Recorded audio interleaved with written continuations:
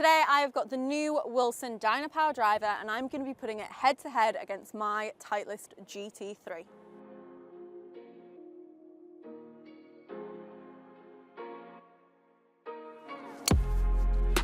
Came off a little bit faster, a little bit firmer than I think I'm used to. The Wilson does feel quite similar. It has performed incredibly well in comparison. So this is the second edition of the Dynapwr. We saw this last year, but there's something a little bit different going on with Wilson this year. What they're trying to do is almost like a little bit of a rebrand. They're calling it the new era of Wilson, where they're looking at targeting more performance players, the better ball striker, more lower handicap golfers. And so what we've got with this golf club is a very premium looking. The first time I saw it and I looked at the face, I immediately thought of my own driver, the Titleist GT3, and that's kind of why we're putting these head to head to see if this can compare to that level of driver. Also kind of reminds me of a Stealth, just with the color scheme, just these bits of red. So I kind of feel as though Wilson is taking a little bit of inspiration from some of the other big brands, really popular drivers, but putting their own spin onto that. So this is the Carbon model that I've got, that's slightly more premium for better players, like we've said. I think at address, it looks really nice. I really like how it sits up to the ball. Obviously for me, I'm so used to seeing that face design that you've got with the GT, because that is the driver that I have in play, that when I look at this, it feels pretty normal. It feels really easy to line up to the center.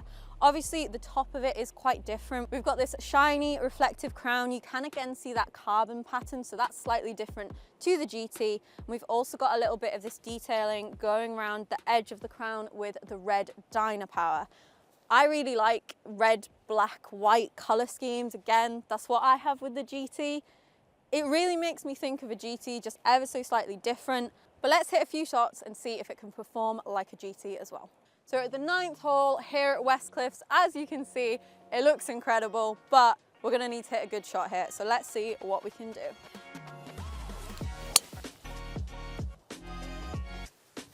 Almost a little bit of a low bullet there. Came off a little bit faster, a little bit firmer than I think I'm used to, but I quite like that.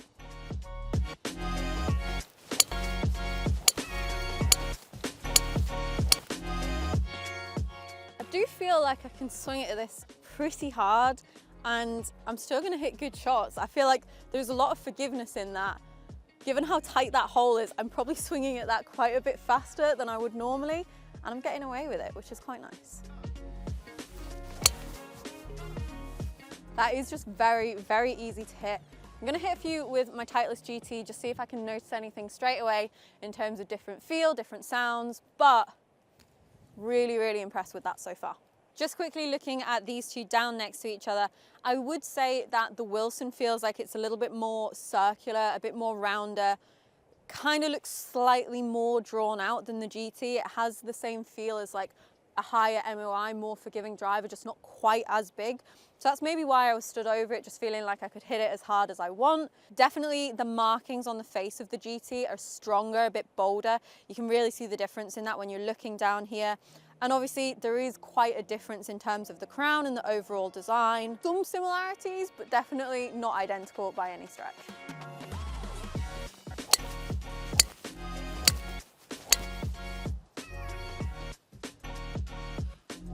Main difference I would say is just that the Wilson driver is definitely coming up a little bit louder. This one is kind of more cleaner, I guess I would say. The one thing with the GT3 that I've felt against a lot of drivers is I struggle to find the same feeling. I think the GT3, to me, when you strike it, it just feels like a really, really well hit shot. And I struggle to find that same feeling with many drivers, but the Wilson does feel quite similar. They both feel like they have a good amount of forgiveness there. Something I am really impressed with is the fact that the Wilson is set up to neutral. I've got my GT3 with the weight in the toe, so there is a little bit more adjusted and personalized, and yet the Wilson doesn't have that, but it's still performing really, really well. So definitely a lot of forgiveness in that driver, which is really nice to hit with.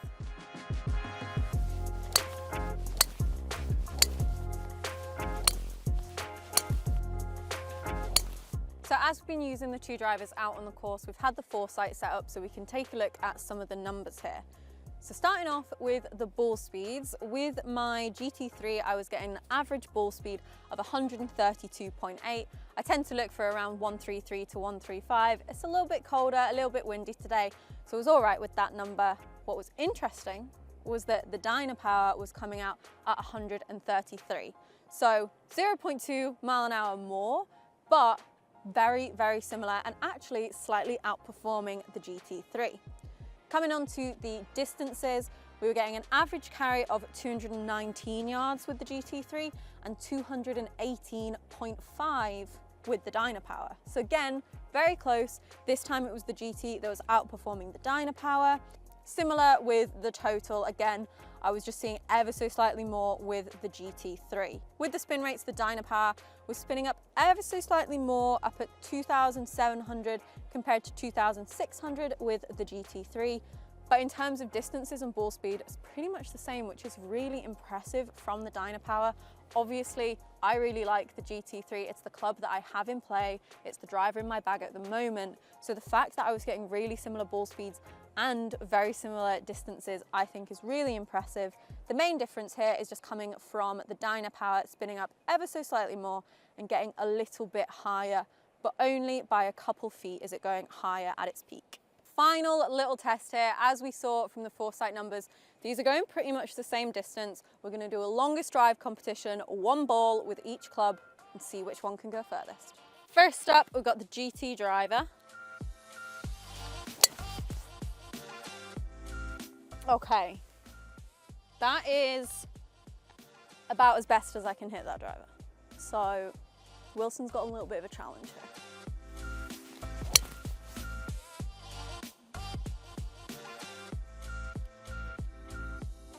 Quite similar. Wilson went ever so slightly more to the left. We'll get down there and we'll see which one went further. So one ball just up here on the left-hand side, the other one has gone a little bit more to the middle, just rolled down there. This one is the Wilson driver. Now, it does look as though the GT has gone a little bit further. To be fair, that might have just been the slope that it caught, helping it get down there. Obviously, that one was more online, this one ever so slightly offline, but I'd say pretty similar and very impressive with the Wilson. Okay, so Wilson against the GT3. I honestly think that the Wilson has performed really well. To be honest, it performed a lot better than I was expecting because I have very high expectations with my GT3 and I struggle to find anything that I would want to replace it by. With the Wilson, I do really like how it sets up at address. It feels that little bit more forgiving than the GT when you're looking at it, in the sense that it's got a slightly bigger head shape. It's a little bit more rounded. If you prefer to see something that's a bit smaller and a bit sleeker, you're probably going to prefer the GT. And as we mentioned, the markings on the face are that little bit bolder on the GT, which I like for aligning it. However, on the Wilson, you've got that carbon pattern. If you like the carbon pattern, you're going to like that here. In terms of performance, very, very similar. Really only able to pick them out by a yard or so. Very, very close with the ball speeds. Where the GT3 has this adjustable track so that I can put the weight into the toe or the heel, we don't have that with the Wilson, but that just made me really impressed with it at how well I was able to hit it, even though we haven't put the weight in the toe, which is what I need with the GT.